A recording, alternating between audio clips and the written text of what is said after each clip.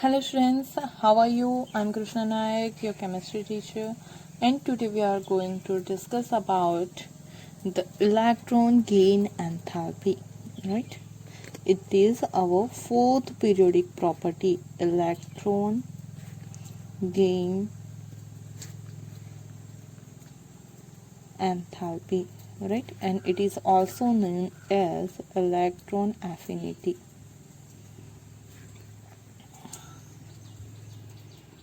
Right हमने इससे पहले atomic radius, ionic radius and ionization enthalpy के बारे में स्टडी किया है. Now to in this lecture we are going to discuss about the electron gain enthalpy. Okay, तो इलेक्ट्रॉन गेन एंथैल्पी क्या है उसके बारे में पहले देखते हैं. तो electron gain enthalpy is electron gain enthalpy is the amount of energy released or absorbed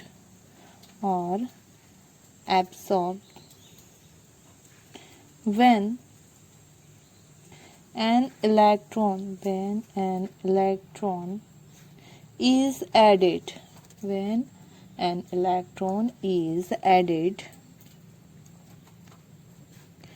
to an isolated gaseous atom to form gaseous anion.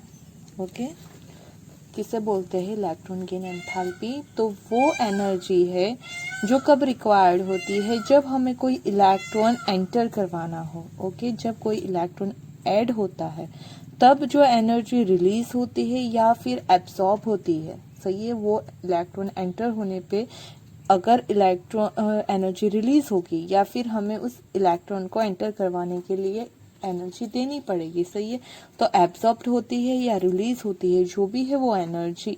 सही है, कौन सी एनर्जी? तो इलेक्ट्रॉन को ऐड करने के लिए जो एनर्जी रिक्वायर्ड है उसी को बोलेंगे हम electro gain enthalpy. Okay, the energy released और absorbed when electron added is known as the electron gain enthalpy. right, suppose कि we have some gas. ये हमारा यहाँ पे कोई एक गैस है.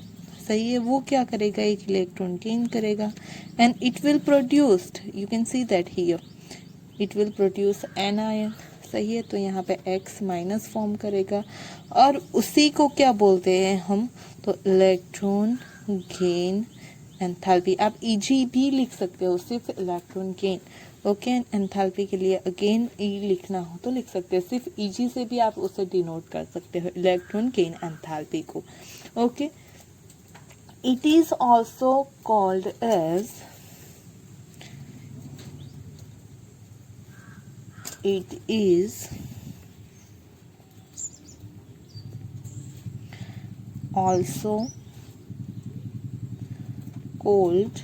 called electron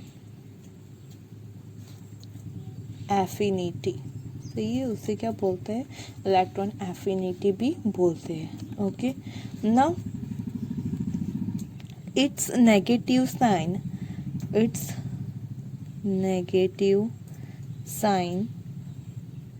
indicate that reaction occupied with energy release. Okay अगर आपकी इलेक्ट्रॉन गेन एंथैल्पी के आगे नेगेटिव साइन इंडिकेट की गई है, ओके कोई वैल्यू है वो नेगेटिव लिखी गई है, ओके तो वो क्या इंडिकेट करती है, तो जो नेगेटिव टर्म है वो इंडिकेट करता है कि वो रिएक्शन क्या है, ड्यूरिंग रिएक्शन जो है वो एनर्जी रिलीज हो रही है। ओके नेगेटिव साइन है उसका मतलब क्या होता है कि एनर्जी रिलीज हो रही है। So we can say that कि वो कौन से टाइप की रिएक्शन होगी, एक्सोथर्मिक रिएक्शन होगी।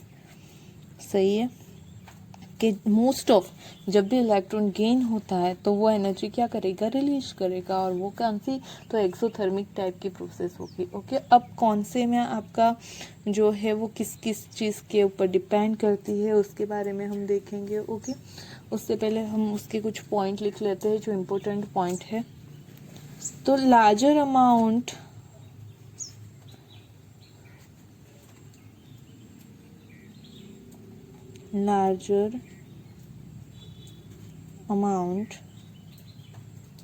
of energy release, the larger amount of energy release consequently greater will be the electron affinity,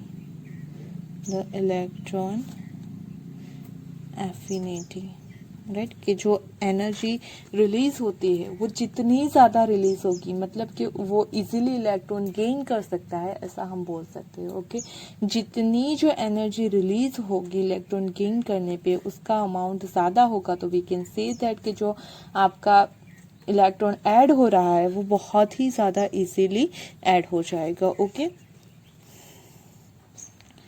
more positive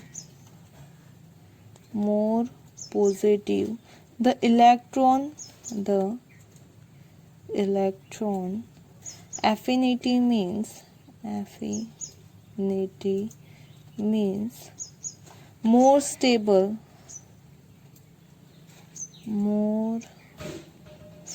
the negative ion,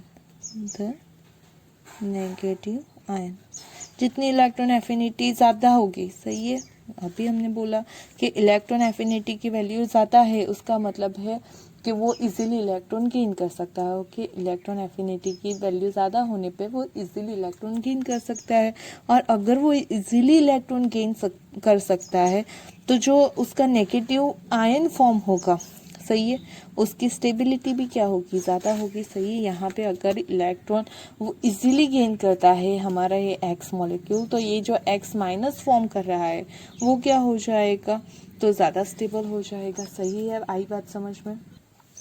जो आपकी इलेक्ट्रॉन गेन एंथैल्पी है वो भी क्या है, एक एंथैल्पी है और एनर्जी है, तो उसका यूनिट अगर आप देखोगे वो किस तरह हो जाएगा, तो किलो जूल पे मोल, राइट, और उसका यूनिट होगा किलो कैलोरी पर मोल। ओके और उसका यूनिट हो सकता है इलेक्ट्रॉन वोल्ट पर एटम। ओके तो जो भी एनर्जी के आपके यूनिट होते हैं वही यूनिट आप इलेक्ट्रॉन गेन एंथैल्पी के लिए भी यूज़ कर सकते हो। और ये जो आपकी इलेक्ट्रॉन गेन एंथैल्पी है उसके थ्रू हम क्या मेज़र कर सकते हैं, तो किसी भी एलिमेंट का ऑक्सीडेशन पावर मेज़र कर सकते हैं। It measures the oxidizing power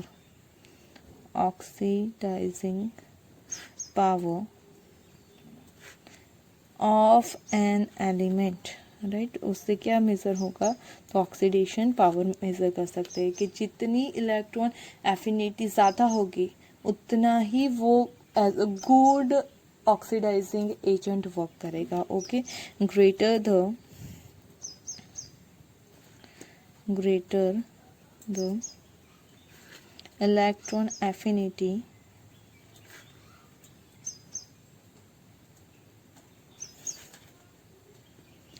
more will be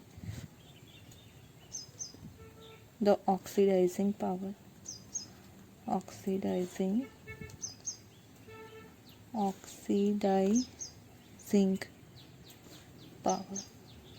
okay कि जितनी आपकी इलेक्ट्रॉन गेन एंथैल्पी ज़्यादा होगी सही है, जितनी इलेक्ट्रॉन एफिनिटी ज़्यादा होगी, ज़्यादा नेगेटिव होगी, सही है, उतना वो ऑक्सीडाइजिंग पावर उसका ज़्यादा होगा। आई बात समझ में? जो आपकी जैसा हमने देखा था कि इलेक्ट्रॉन आयनाइजेशन एंथैल्पी थी, तो एक इलेक्ट्रॉन रिमूव करने पर फर्स्ट आयनाइजेशन एंथैल्पी हमने काउंट की थी, दूसरा इलेक्ट्रॉन रिमूव करने पर सेकंड आयनाइजेशन एंथैल्पी काउंट की थी।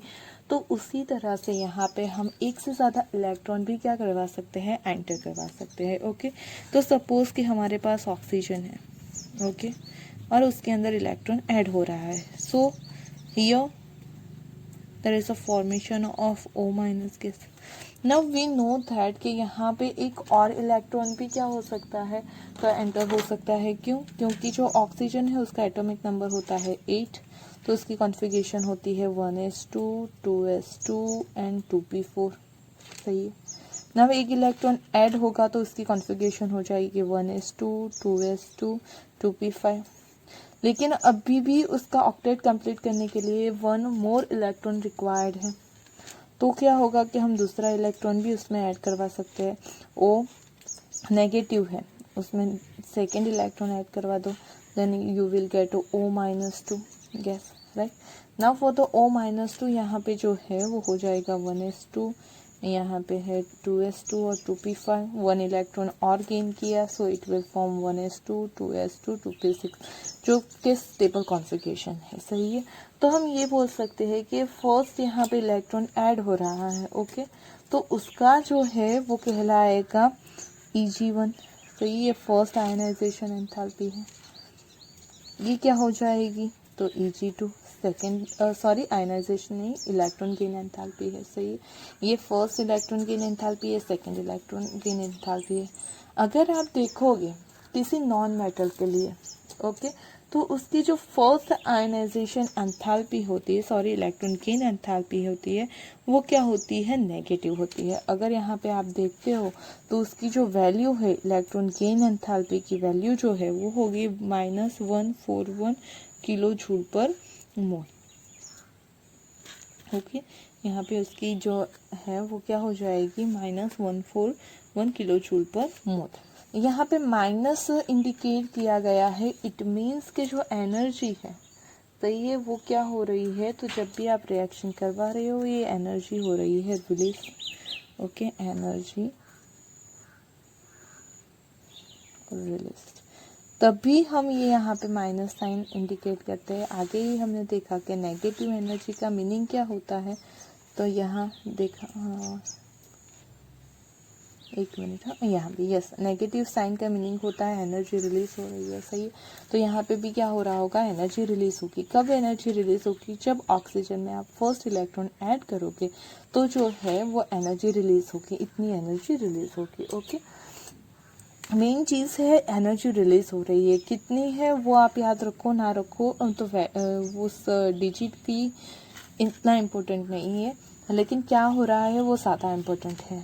अगर आप सेकेंड इलेक्ट्रॉन एंटर करवा रहे हो और फॉर्म कर रहे हो O-2, ओके, तो तब जो एनर्जी रिक्वायर्ड है वो है 780 किलो जूल पर मोल। ओके, वो कितनी है, 780 किलो जूल पर मोल।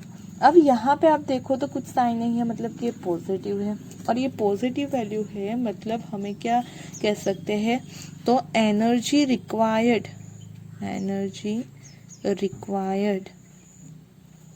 टू ऐड एन इलेक्ट्रॉन चलो, ये क्यों है भाई, पहली एनर्जी नेगेटिव है, दूसरी क्या है, नेगेटिव है, ऐसा क्यों हो रहा है। तो you can see that here कि यहाँ पे पहले क्या था, तो यहाँ पे जो था ऑक्सीजन के पास 8 प्रोटॉन 8 इलेक्ट्रॉन थे। ना 1 इलेक्ट्रॉन गेन करने पे हो गया 8 प्रोटॉन 9 इलेक्ट्रॉन। सही है, तो अट्रैक्शन फोर्स यहाँ पे कम होगा, और साथ में नंबर ऑफ इलेक्ट्रॉन बढ़ रहे हैं, तो जो बढ़ रहे हैं वो इलेक्ट्रॉन है, यहाँ पे नंबर ऑफ इलेक्ट्रॉन ज़्यादा है। सही है, इसकी बात करोगे तो 8 प्रोटॉन है 9 इलेक्ट्रॉन है, मतलब कि नंबर ऑफ इलेक्ट्रॉन ज़्यादा है।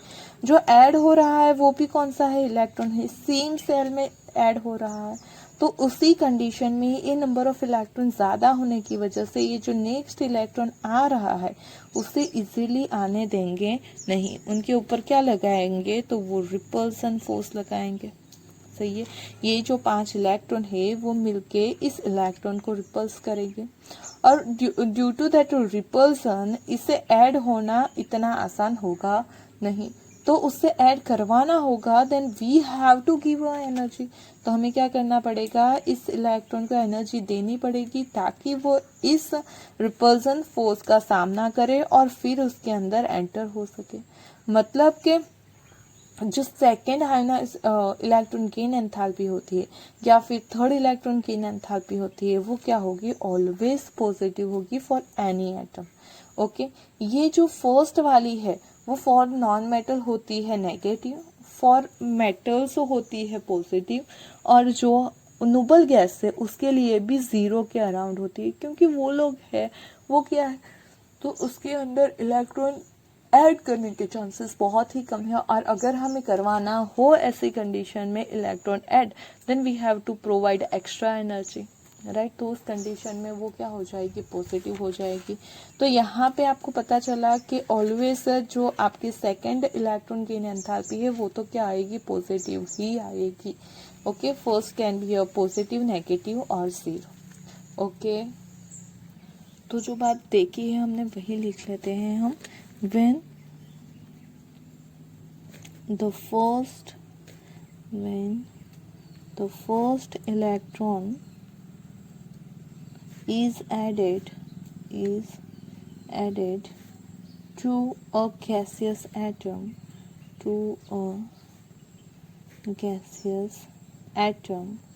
it forms a uninegative ion, and the enthalpy change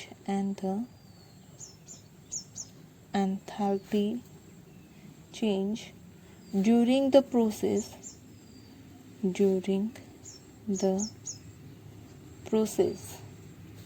is called first electron gain enthalpy. सही है, जैसे कि हमने देखा फर्स्ट इलेक्ट्रॉन ऐड होता है तब जो एंथैल्पी चेंज आएगा उसे हम बोलेंगे first electron gain enthalpy. Okay, now if an electron is added to the uninegative ion, it experience a repulsive force,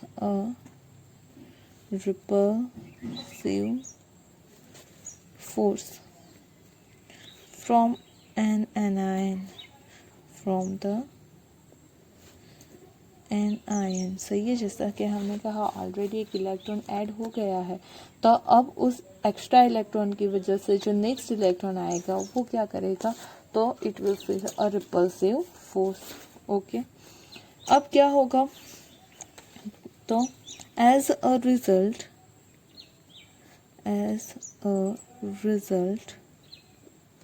the energy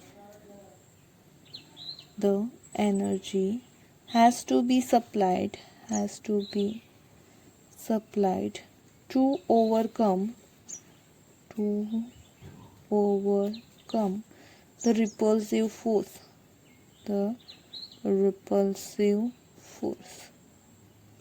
right.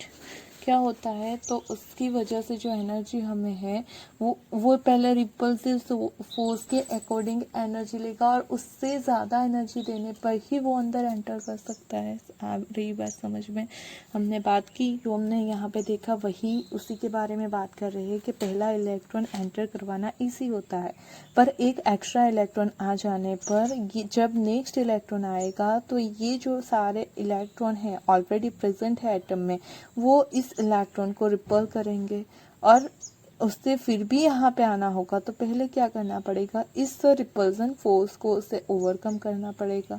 सही है, उससे ज़्यादा फिर जब वो एनर्जी प्रोवाइड करेगा तो पहले रिपल्सन फोर्स बैलेंस होगा और after that electron can enter in this orbit. Right, आई बात समझ में कि क्या हो रहा है। तो वही यहाँ पे लिखा गया है ओके कि पहले जो एनर्जी है वो जो रिपल्सिव फोर्स है उसे क्या करेगी, ओवरकम करेगी। Okay, thus in order to add the second electron has to be electron the energy is required rather than released। Okay, कि जितनी भी रिलीज होगी उससे ज़्यादा तो हमें देनी पड़ेगी, किसके लिए, इस रिपल्सिव फोर्स को ओवरकम करने के लिए। सही है, to overcome this repulsive force उसे हमें क्या करना पड़ेगा, ज़्यादा एनर्जी देनी पड़ेगी। और उसी वजह से जो सेकेंड आयनाइजेशन एंथैल्पी है वो क्या आती है, positive. So we can say that therefore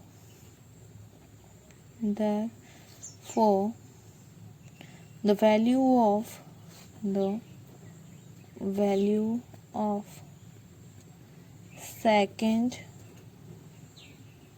electron gain enthalpy is positive. सही है, किसी भी एटम के लिए हो, लेकिन उसकी जो सेकेंड इलेक्ट्रॉन गेन एंथैल्पी है वो क्या होगी, पॉजिटिव ही होगी। आई बात समझ में, क्यों पॉजिटिव आती है वो हमने बात कर ली है। ओके, सिमिलरली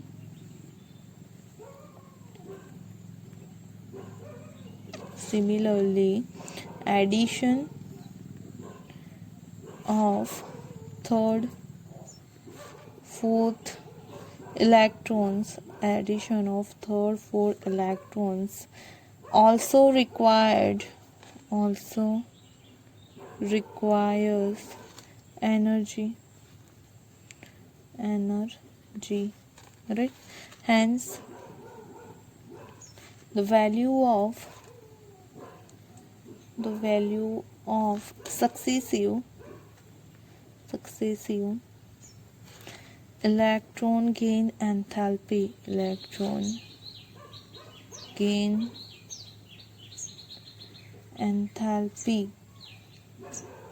is इलेक्ट्रॉन, यहाँ पे थर्ड फोर्थ लिखा है तो एंथैल्पीज आर पॉजिटिव। ओके, आई बात समझ में कि थर्ड फोर्थ जो भी आगे आप देखोगे तो वो सारे पॉजिटिव होगी। पहले ही इलेक्ट्रॉन की एंथैल्पी किसी के लिए नेगेटिव होगी, किसी के लिए पॉजिटिव होगी और तो किसी के लिए ज़ीरो भी हो सकती है। ओके, तो ये हो गया हमारा इलेक्ट्रॉन गेन एंथैल्पी। अब हम बात करते हैं कि ये इलेक्ट्रॉन गेन एंथैल्पी किस किस फैक्टर पे अफेक्ट करती है। Okay, factor which affect the electron gain enthalpy, उसके बारे में देखते हैं। Factors affecting electron gain enthalpy. Okay, जो फर्स्ट फैक्टर है, वैसे आपने जैसे आयनाइजेशन एंथैल्पी में देखा था वैसे ही कुछ फैक्टर्स है। The first factor is nuclear charge. Okay, nuclear charge कैसे अफेक्ट करता है वो देख लेते हैं हम। High nuclear charge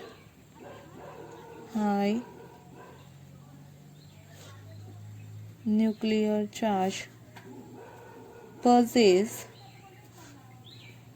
greater attraction for the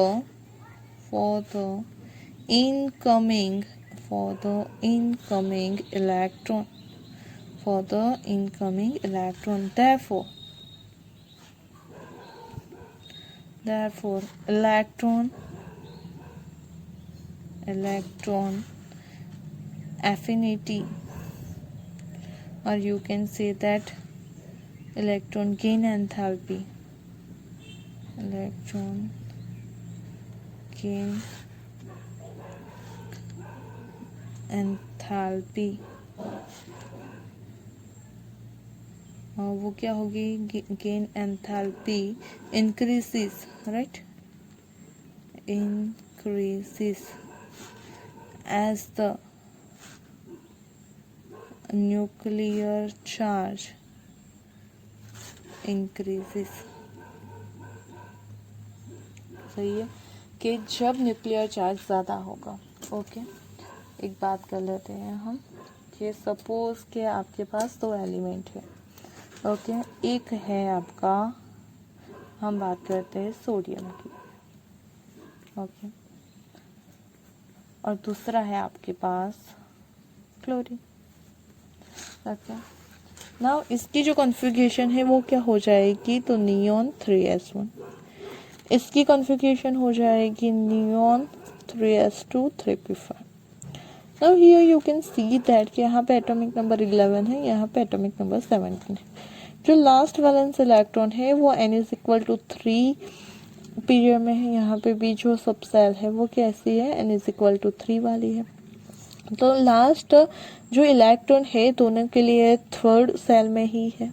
okay, now here जो वैसे आप सेंटर देखते हो तो थर्ड सेल का तो सेम आएगा. यहाँ पे अगर आप देखोगे तो 11 जो हमारे प्रोटॉन है और 11 न्यूक्लियर जो चार्ज है वो क्या कर रहा है, तो उस थर्ड सब सेल के इलेक्ट्रॉन को अट्रैक्ट कर रहा है. जबकि इन द केस ऑफ यहाँ पे तो 17 प्रोटॉन और 17 न्यूक्लियर चार्ज इस थर्ड सब सेल वाले इलेक्ट्रॉन को अट्रैक्ट कर रहे हैं. सही है, यहाँ पे नंबर ऑफ इलेक्ट्रॉन डिफरेंट है, राइट है, लेकिन जो आपका डिस्टेंस है वो उसकी रो के अकॉर्डिंग सेम होना चाहिए. सही है, तो अगर यहाँ पे क्या होगा, तो इसके पास न्यूक्लियर चार्ज कम है, यहाँ पे न्यूक्लियर चार्ज ज़्यादा है, तो उस न्यूक्लियर चार्ज के ज़्यादा होने की वजह से इलेक्ट्रॉन इसकी और ज़्यादा अट्रैक्ट होके रहेंगे. अगर वो खुद ये वैलेंस इलेक्ट्रॉन उसकी और ज़्यादा अट्रैक्ट है तो जो नेक्स्ट आने वाला इलेक्ट्रॉन है वो भी तो इसकी और अट्रैक्ट हो सकता है. ओके, ये तो लोग सारे अट्रैक्शन की वजह से क्लोज है, तो नेक्स्ट आने वाला भी कुछ ना कुछ अट्रैक्शन तो महसूस करेगा इस न्यूक्लियर चार्ज की वजह से. क्यों, क्योंकि बहुत ज़्यादा पॉजिटिव है. सही है, तो उसी कंडीशन में हम ये बोल रहे हैं कि अगर न्यूक्लियर चार्ज इंक्रीज होता है तो जो इलेक्ट्रॉन है एंटर होने वाला वो इजीली एंटर होगा, और जितना इजीली एंटर होगा तो उतनी एनर्जी वो रिलीज ज़्यादा करेगा. सही है, तो उसकी इलेक्ट्रॉन एफिनिटी ज़्यादा है, ऐसा हम बोल सकते हैं. कब, जब न्यूक्लियर चार्ज बढ़ता है तब. आई बात समझ में. Now the second factor is that the atomic size. Okay, दूसरा फैक्टर कौन सा है हमारा, एटॉमिक साइज. एटॉमिक साइज के साथ क्या चेंज आएगा उसके बारे में बात कर लेते हैं हम. तो with the increase in size, with the increase in the size of the atom electron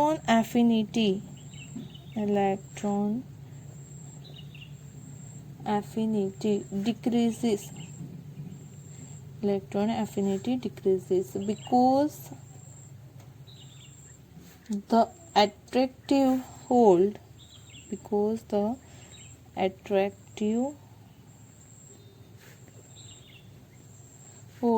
of nucleus on incoming electron decreases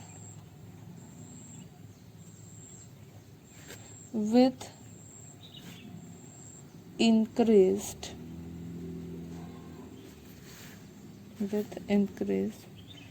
atomic size.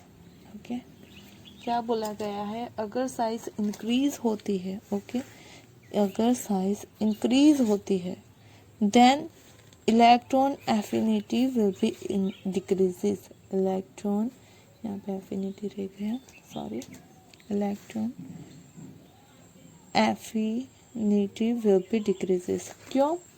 क्योंकि हमने क्या बोला, अगर जितना मॉलिक्यूल दूर जाएगा, सही है, तो क्या हो जाएगा, तो वी नो दैट के उसमें स्क्रीनिंग इफेक्ट भी पड़ती है।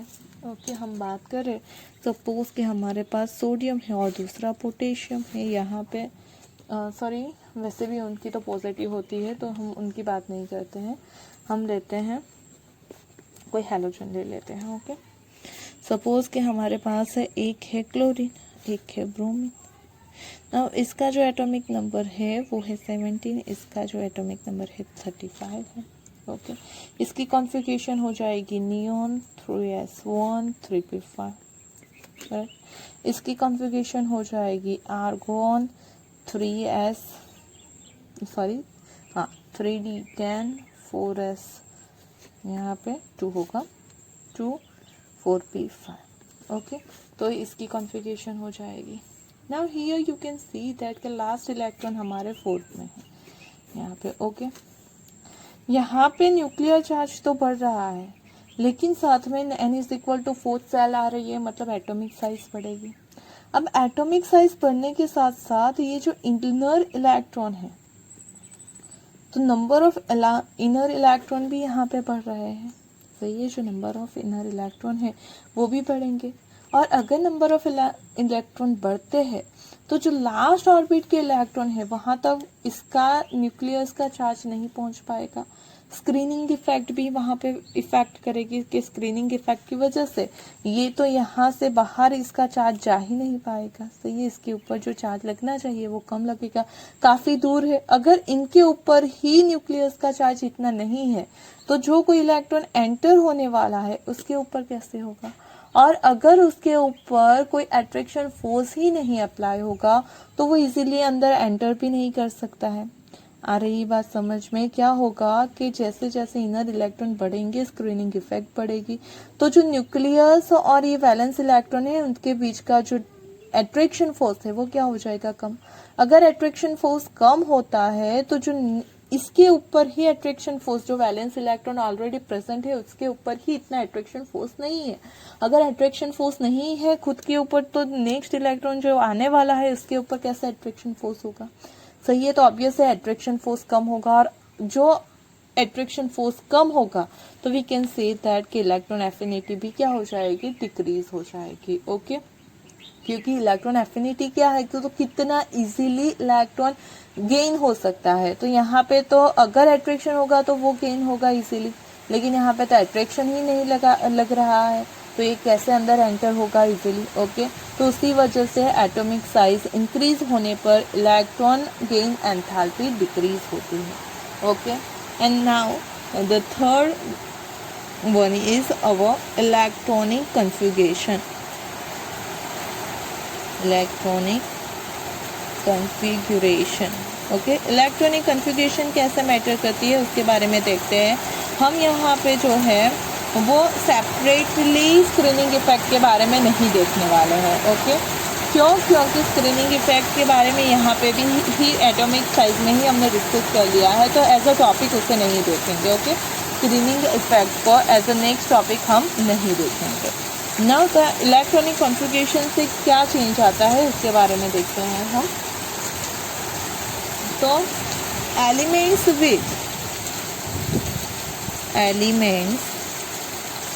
with stable elements with stable electronic configuration,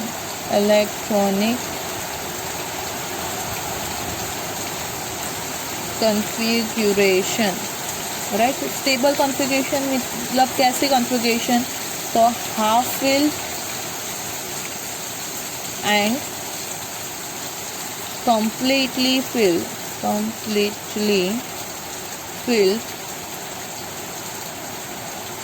valence subshell.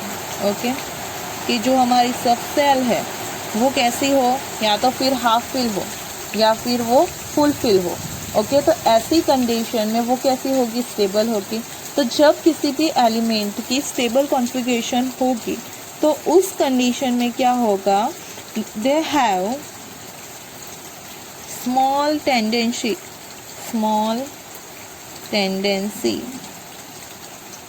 to accept additional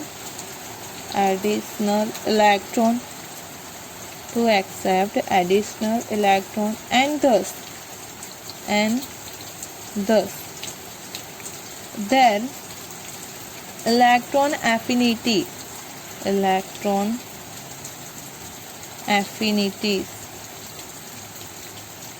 are low or almost zero। Okay, किस कंडीशन में ऐसा होता है, तो जिस कंडीशन में हमने क्या बोला कि कोई स्टेबल कॉन्फ़िगरेशन है और वी नो दैट कि स्टेबल होगा। तो जो देखो एक बात समझो कि जो हमारा एलिमेंट है वो खुद को स्टेबल करने के लिए ही या तो इलेक्ट्रॉन डोनेट करता है या इलेक्ट्रॉन गेन करता है, लेकिन वो अगर पहले से ही स्टेबल होगा तो उसे ना इलेक्ट्रॉन गेन करने की ज़रूरत है, ना इलेक्ट्रॉन डोनेट करने की ज़रूरत है। सही है, तो यहाँ पे अगर उसे इलेक्ट्रॉन गेन या डोनेट करने की ज़रूरत ही नहीं है, उसी कंडीशन में अगर आप उसे इलेक्ट्रॉन गेन करवाना चाहते हो, मतलब आप तो उसे स्टेबल में से अनस्टेबल फॉर्म में ले जा रहे हो, तो उस कंडीशन में वो पॉसिबल नहीं है। ऑलरेडी स्टेबल होगा तो वो ना इलेक्ट्रॉन डोनेट करेगा, नो गेन करेगा, तो उसी कंडीशन में जो है वो उसकी इलेक्ट्रॉन एफिनिटी ज़ीरो होती है, वो नहीं चाहेगा कि इलेक्ट्रॉन ऐड हो। लेकिन अगर आपको फिर भी electron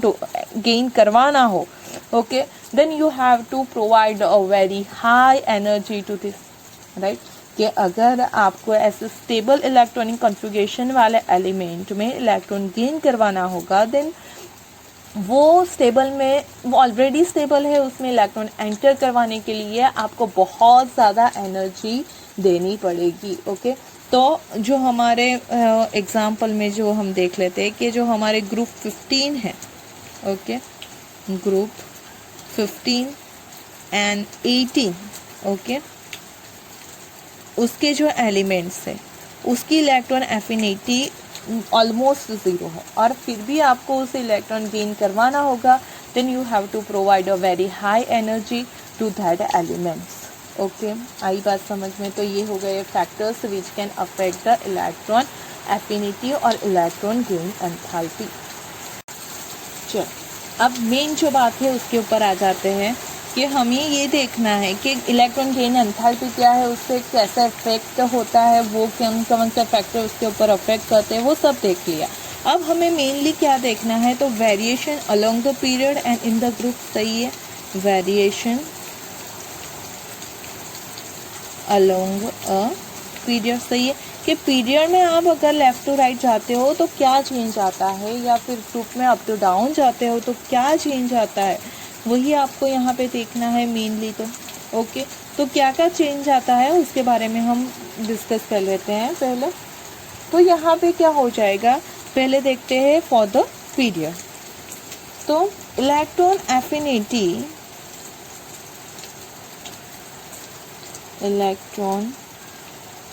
affinity increase in a period from left to right, कि जो हमारी इलेक्ट्रॉन एफिनिटी है वो लेफ्ट टू राइट जाने पे क्या हो जाएगी, इंक्रीज होगी। क्यों इंक्रीज होगी, उसका रीज़न भी देख लेते हैं। Since size of an atom decreases, हमें पता है कि लेफ्ट टू राइट जाने से क्या होता है, तो साइज जो है एटम की वो डिक्रीज होती है। And also the nuclear charge increases, सही है, on moving across a period, सही है। पीरियड में लेफ्ट टू राइट जाने पे साइज क्या होती है, डिक्रीज होती है। क्या होता है, साइज डिक्रीज होती है।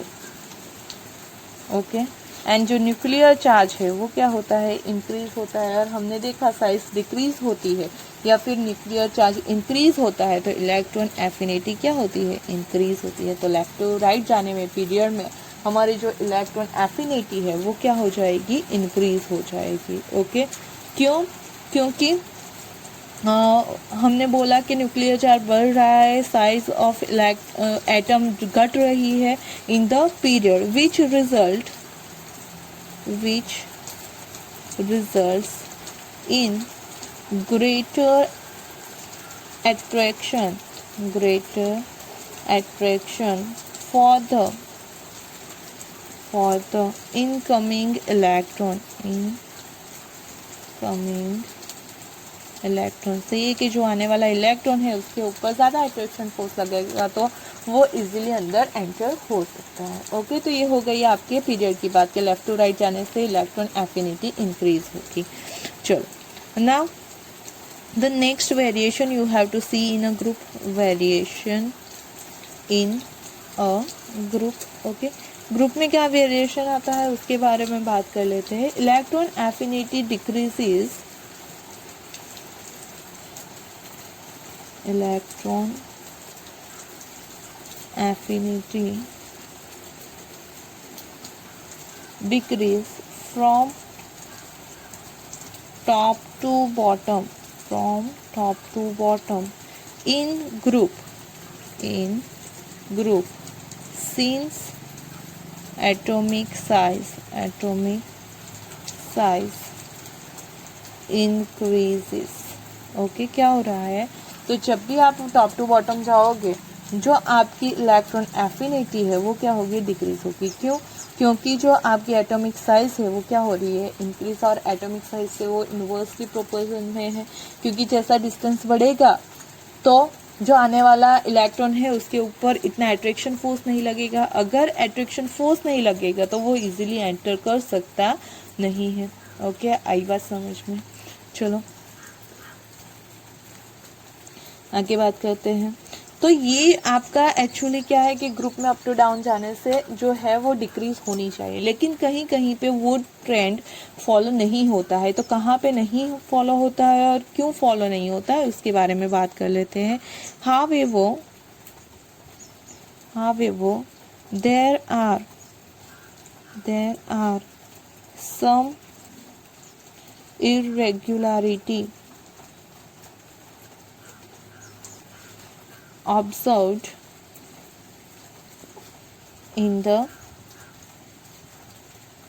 above जनरल ट्रेंड, कि ये आपने जो देखा लेफ्ट टू राइट में जाने से इंक्रीज होती है या फिर टॉप टू बॉटम जाने से डिक्रीज होती है। सही है, ये आपका रेगुलर ट्रेंड है, लेकिन ये ट्रेंड कभी कभी फॉलो नहीं होता है, उसमें इरेगुलरिटी देखी जाती है। ओके, तो वो क्या है उसके बारे में देख लेते हैं। तो पहली जो है इरेगुलरिटी वो है the halogens have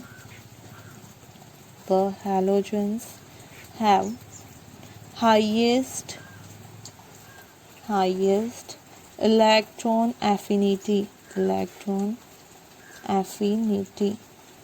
right, because they have only one electron less than the stable noble gas configuration। हमें पता है कि जो हैलोजन है उसकी जो जनरल कॉन्फ़िगरेशन होती है वो क्या होती है, NH2 NP5, और जो स्टेबल होने के लिए उसे सिर्फ 1 इलेक्ट्रॉन रिक्वायर्ड है, तो वो इजीली 1 इलेक्ट्रॉन गेन कर सकता है। और वो अगर इजीली इलेक्ट्रॉन गेन कर सकता है तो वी कैन से दैट कि जो उसकी इलेक्ट्रॉन एफिनिटी है वो क्या हो जाएगी, हाईएस्ट हो जाएगी। ओके, फिर दे हैव, तो उसकी कॉन्फ़िगरेशन ऐसी हो जाएगी, so they have a strong tendency tendency to accept an additional electron, right? These make their electron affinity value high. उसी वजह से उसकी इलेक्ट्रॉन एफिनिटी वैल्यू क्या होती है, हाई होती है. क्यों होती है? क्योंकि उसकी कॉन्फ़िगरेशन स्टेबल होने के लिए सिर्फ 1 इलेक्ट्रॉन रिक्वायर्ड है, तो वो इजीली 1 इलेक्ट्रॉन गेन करेगा, और जितना इजीली गेन करेगा वी कैन से दैट के उसकी इलेक्ट्रॉन एफिनिटी क्या है, ज़्यादा है. Okay, now see the next thing is that the affinity the electron affinity value of noble gases are zero because of the stable electronic configuration. सही है. जबकि noble gases हमारे सबसे राइट हैंड साइड में है, और हमने बोला लेफ्ट टू राइट जाने पे इलेक्ट्रॉन एफिनिटी बढ़नी चाहिए, लेकिन वो सबसे हाईएस्ट किसकी है, हैलोजन की है, नोबल गैसेस की नहीं है. जबकि नोबल गैस की जो है वो कॉन्फ़िगरेशन क्या, एफिनिटी क्या होती है, ज़ीरो. क्यों? क्योंकि उनके पास स्टेबल इलेक्ट्रॉनिक कॉन्फ़िगरेशन है. सही है. Configuration of NH2 NP6 which has no tendency to take an additional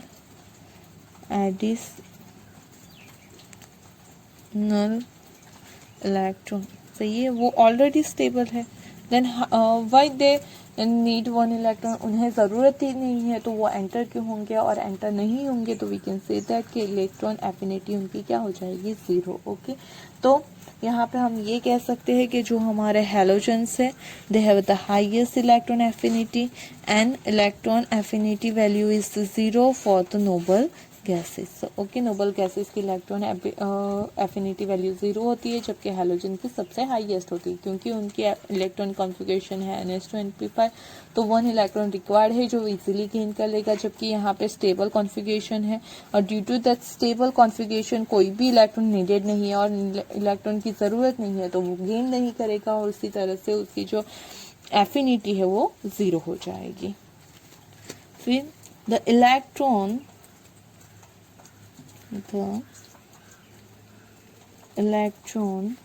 affinity values for beryllium, magnesium, nitrogen and phosphorus are almost zero because of the extra stability of completely filled orbitals in beryllium and magnesium, right, and half filled orbitals in nitrogen and phosphorus. Right. अगर आप देखोगे तो यहाँ पे beryllium की configuration क्या होती है, तो बेरिलियम का एटॉमिक नंबर 4 है, उसकी कॉन्फ़िगरेशन हो जाएगी 1s2 2s2. जो मैग्नीशियम है उसकी कॉन्फ़िगरेशन हो जाएगी, हमारा एटॉमिक नंबर 12 है, तो यहाँ पे नियॉन और हो जाएगा 3s2. सही है. मतलब कि यहाँ पे लास्ट ऑर्बिट कैसी है, एस है, उसमें तो 2 की ही कैपेसिटी है, तो 4 फुलफिल है, और फुलफिल है तो उसमें अगर इलेक्ट्रॉन हमें गेन करवाना होगा तो वो पॉसिबल नहीं है. Similarly in the case of nitrogen, यहाँ पे एटॉमिक नंबर 7 है, तो हो जाएगा हमारा 1s2 2s2 एंड 2p3. नव p3 है, मतलब कि वैसे भी पी की सबसेल 3 होती है, तो तीनों में एक इलेक्ट्रॉन हो जाएगा, तो वो हाफ फिल हो जाएगी. Similarly in the case of phosphorus वहाँ पे भी ऐसा ही होगा क्योंकि उसका जो एटॉमिक नंबर है वो क्या है 15 है। तो यहाँ पे नियॉन 3s2 3p3 ओके, तो यहाँ पे भी 3 है। सो पी जो सब सेल है वो भी हाफ फिल है और हाफ फिल होने पे ज़्यादा स्टेबल होती है और due to that extra stability उनकी जो इलेक्ट्रॉन एफिनिटी है, इलेक्ट्रॉन गेन करने की जो उनकी टेंडेंसी है वो क्या हो जाएगी, ऑलमोस्ट ज़ीरो हो जाएगी। वो ज़्यादातर इलेक्ट्रॉन गेन या डोनेट करना पसंद नहीं करेंगे। Okay, now and the one exception is that, और वो क्या है, वो मोस्ट इम्पोर्टेंट एक्सेप्शन है क्योंकि आपको एग्जाम में भी ये एक्सेप्शन आएगा। Okay, the affinity the electron affinity values of element of second period are less than the elements of third period. Okay, वैसे हमने क्या बोला कि अप टू डाउन जाते हैं हम। ओके, ग्रुप में अप टू डाउन जाने से जो इलेक्ट्रॉन एफिनिटी है और इलेक्ट्रॉन गेन एंथैल्पी है, ओके, तो वो क्या हो रही थी, तो अप टू डाउन जाने से डिक्रीज हो रही थी। सही है, आई अप से डाउन जाने पे, टॉप टू बॉटम जाने पे जो इलेक्ट्रॉन गेन एंथैल्पी है, इलेक्ट्रॉन एफिनिटी है, वो डिक्रीज हो रही थी। तो यहाँ पे जो सेकेंड की इलेक्ट्रॉन एफिनिटी है वो थर्ड से क्या होनी चाहिए, ज़्यादा होनी चाहिए, थर्ड की कम होनी चाहिए। लेकिन यहाँ पे उससे उल्टा है कि थर्ड की इलेक्ट्रॉन एफिनिटी ज़्यादा है as compare to the second period. Okay, ऐसा क्यों है तो उसकी बात करते हैं हम एक एग्जाम्पल के साथ। ये डायरेक्ट क्वेश्चन आ सकता है या फिर उसका जो एग्जाम्पल लेके हम बात करने वाले हैं, डिस्कस करने वाले हैं, तो वो एग्जाम्पल भी पूछा जा सकता है। ओके, तो ऐसा क्यों है उसके बारे में बात करते हैं। The electron affinity value of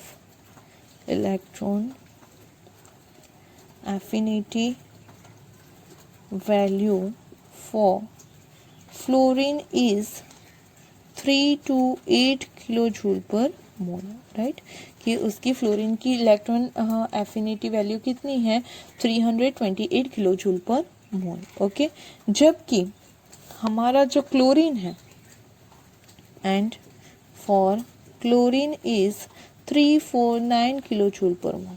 actually हमने क्या बोला, तो अप टू डाउन जाने से घटनी चाहिए, लेकिन क्लोरीन की यहाँ पे बढ़ रही है घटने की जगह। ऐसा क्यों है, फिर से क्लोरीन के बाद अगर आप नीचे जाओगे, ओके, हमारे हेलोजन्स है वो क्या है, तो fluorine, chlorine, bromine, iodine. Okay, तो यहाँ पे अप टू डाउन जाने से इलेक्ट्रॉन एफिनिटी घटनी चाहिए, फ्लोरीन से कम होनी चाहिए क्लोरीन की, क्लोरीन से कम होनी चाहिए ब्रोमीन से कम होनी चाहिए आयोडीन। ओके, तो ये जो पहले दो पीरियड है, ये सेकेंड पीरियड का एलिमेंट है, थर्ड पीरियड का एलिमेंट है। तो कोई भी आप ग्रुप लोगे उसमें सेकेंड थर्ड पीरियड के एलिमेंट के बारे में देखोगे तो सेकेंड ग्रुप के आपके सेकेंड पीरियड के जो एलिमेंट होंगे उसकी एफिनिटी वैल्यू कम होगी एज कम्पेयर टू थर्ड। सही है, जो रेगुलर ट्रेंड से क्या है तो अलग है। तो वो क्यों अलग है उसकी बात करते हैं हम, कि यहाँ पे कम होनी चाहिए क्लोरीन की, लेकिन वो कितनी है, ज़्यादा है। इसकी तो 328 है जबकि क्लोरीन की है 349। ओके, वो क्यों हो रहा है, तो this is because it is more difficult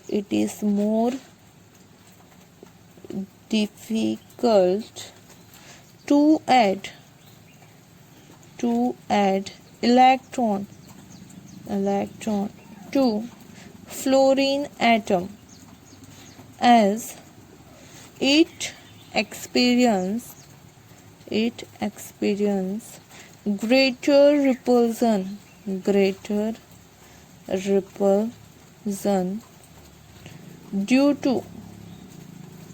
due to small size, right? Means we can say that the high electron density,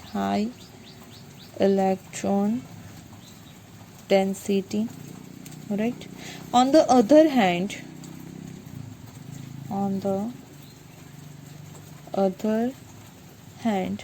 addition of electron is easy in chlorine atom as it has less electron density compared to fluorine atom, right? Similarly electron affinity of phosphorus and sulfur is greater than nitrogen and oxygen. Okay, phosphorus से nitrogen से affinity ज़्यादा है और sulphur की oxygen से ज़्यादा है। सही है, जैसे कि क्लोरीन की फ्लोरीन से ज़्यादा है। क्यों? क्योंकि यहाँ पे अगर आप देखोगे तो फ्लोरीन क्लोरीन की आप बात करो, ये जो लिखा है वो तो हम बाद में डिस्कस करते हैं, लेकिन पहले उसकी इलेक्ट्रॉनिक कॉन्फ़िगरेशन के बारे में बात करते हैं। तो फ्लोरीन की जो कॉन्फ़िगरेशन है वो क्या हो जाएगी, तो यहाँ पे हीलियम 2s2 2p5, और क्लोरीन है उसकी जो है वो कॉन्फ़िगरेशन हो जाएगी हमारी neon 3s2 3p5। You can see that कि यहाँ पे जो लास्ट हमारा वैलेंस इलेक्ट्रॉन है वो कहाँ पे है, तो वो है हमारा n = 2 सेल में, जो हमारे न्यूक्लियस से ज़्यादा नज़दीक होगा। सही है, तो क्या होगा, वो ज़्यादा नज़दीक होगा तो उसकी साइज़ क्या होगी, कम। इसकी साइज़ क्या होगी, तो कम होगी, मतलब स्मॉल साइज होगी। सही है, अगर स्मॉल साइज होगी तो जो अगर आपके पास यहाँ पे ये पहला सेल और ये दूसरा सेल, इतनी सी सेल में अगर आपको 7 इलेक्ट्रॉन फिलअप करने हैं, ओके 1 2 3 4 5 6 और 7, तो वो कैसे आएंगे, नज़दीक आएंगे। जबकि आपको Cl के थर्ड ऑर्बिट में इलेक्ट्रॉन फिलअप करने हैं, तो ये आपकी फर्स्ट ऑर्बिट, ये सेकेंड और ये थर्ड वाली ऑर्बिट दूर जाने से वो बड़ी होगी, तो उसके जो 7 इलेक्ट्रॉन है वो as compare to that fluorine क्या आएंगे, दूर आएंगे। ओके, अगर इलेक्ट्रॉन दूर है मतलब कि लेस डेंस है। सही है कि इलेक्ट्रॉन की डेंसिटी यहाँ पे कम होगी क्योंकि ज्यादा स्पेस में वो फैले हुए हैं, तो उस रीजन में नेक्स्ट आने वाला इलेक्ट्रॉन है उसे यहाँ पे रिपल्सन कम होगा। जबकि यहाँ पे वैसे भी वो इतनी कम जगह में बहुत सारे अरेंज हुए हैं, और अगर नेक्स्ट कोई इलेक्ट्रॉन आता है तो उसके लिए तो यहाँ पे जगह ही नहीं है, तो ये सारे उस इलेक्ट्रॉन को रिपल करेंगे। सही है, तो उस कंडीशन में वो इजीली यहाँ पे आ सकता नहीं है, और अगर इजीली नहीं आ सकता है देन उसकी इलेक्ट्रॉन एफिनिटी कम होगी एज कम्पेयर टू क्लोरीन। आई बात समझ में कि यहाँ पे ये जो सेल है हमारा n = 2 वो न्यूक्लियस से नजदीक है, उसकी साइज कम है, तो उसमें इलेक्ट्रॉन की डेंसिटी ज्यादा हो जाएगी, इलेक्ट्रॉन नजदीक हो जाएंगे। सही है, क्योंकि density is inversely proportional to volume. यहाँ पे वॉल्यूम कम है, यहाँ पे वॉल्यूम ज्यादा है।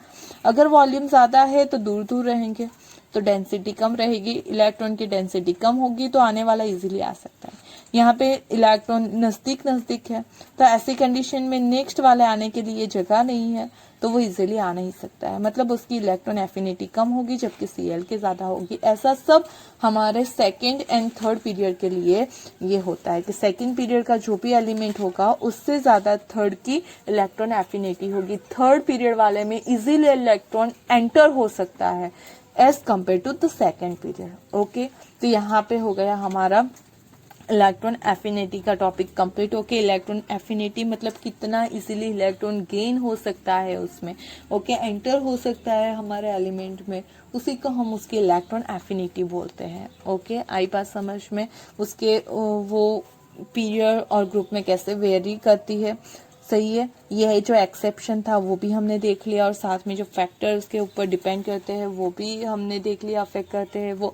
और साथ में ये चीज़ बहुत इंपॉर्टेंट है कि पहली इलेक्ट्रॉन जो एंथैल्पी है, इलेक्ट्रॉन गेन एंथैल्पी है वो नेगेटिव होगी, जबकि सेकेंड थर्ड फोर्थ फिफ्थ कोई भी लोगे तो वो पॉजिटिव ही होगी, क्योंकि इलेक्ट्रॉन को एंटर करवाना थोड़ा सा टफ होता है। So we have to provide a energy okay from our side.